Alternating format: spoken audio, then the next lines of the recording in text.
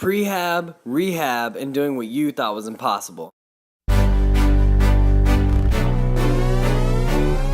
What's up guys, it's Nate Johnson. We're here to talk about intermediate programming. In the last video, video number 1, we talked about consistency. And today, in video number 2, we're talking about intensity. So intensity, a lot of people will walk away from a workout and be like, oh, that workout was intense, all right?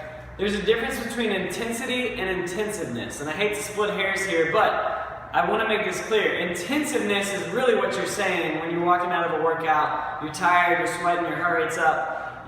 It was intensive. It was this feeling of a lot of exertion, okay? But what we're talking about when we say intensity is really the percentage of your 1 rep max, so it's more objective, okay? So your 1 rep max is just the maximum weight that you can do on a certain exercise for 1 repetition. You can do it once, but you can't do it twice, okay? That's your 1 rep max. So intensity is based off of that.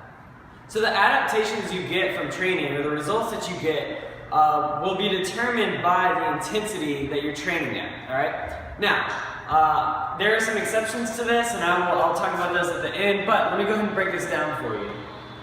So we've got a high intensity of what I consider to be 85% to 100% of your 1 rep max. Typically, this is going to be maximum strength that you're going to see here, and that it typically will involve 5 reps or less, all right? Then you've got what many consider the hypertrophy rep range or the muscle growth rep range, and that's 65 to 85% of your 1 rep max, and that typically results in you being able to do 5 to 12 reps with that weight. And finally, you've got the endurance zone, which is basically going to be less than 65% of your 1 rep max, where you're going to be doing typically greater than 12 reps. All right, so this is how we're going to determine the results that we're going to get from our program. All right, so we'll get into volume and frequency later because those play a role. Volume basically determines how much of an effect we get. So intensity determines what kind of adaptation or results we get. So if you are looking to absolutely maximize strength, if you're a power lifter, Olympic lifter, you are going to be training, typically, you're going to spend most of your time in the maximum strength zone, from 85 to 100% of your 1 rep max, doing less than 5 reps.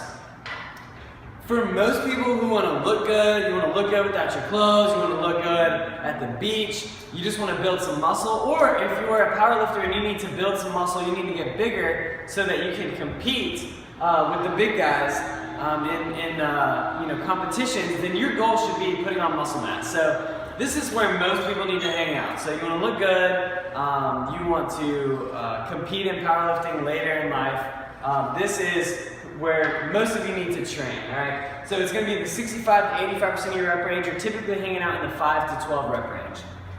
Finally, we've got the endurance range. Not many people need to hang out here. If you're competing in an endurance activity like running, you're doing 5Ks, 10Ks, marathons, if you're swimming, biking, triathlons, whatever it is, if you're doing an endurance sport, you pretty much just need to practice that sport. And I think strength training can benefit you. But if you're going to be doing strength training, you probably need to be hanging out in these top 2 ranges anyway. Now, there is some times where, say your goal is maximum hypertrophy, you might spend 75% of your time in the hypertrophy zone. And then you might spend the rest of your time, in the last 25%, in max strength and endurance. So I typically hang out in the hypertrophy zone for most of my training, but I still care about strength, and so I will use some max strength sets.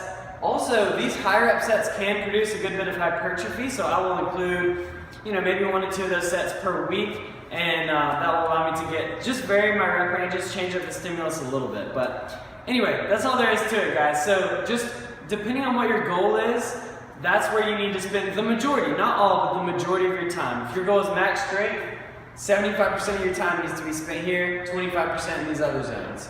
If your goal is hypertrophy, muscle growth, look good naked, hang out in the hypertrophy rep range, all right? 75% of the time, spend the other 25% doing max strength and endurance.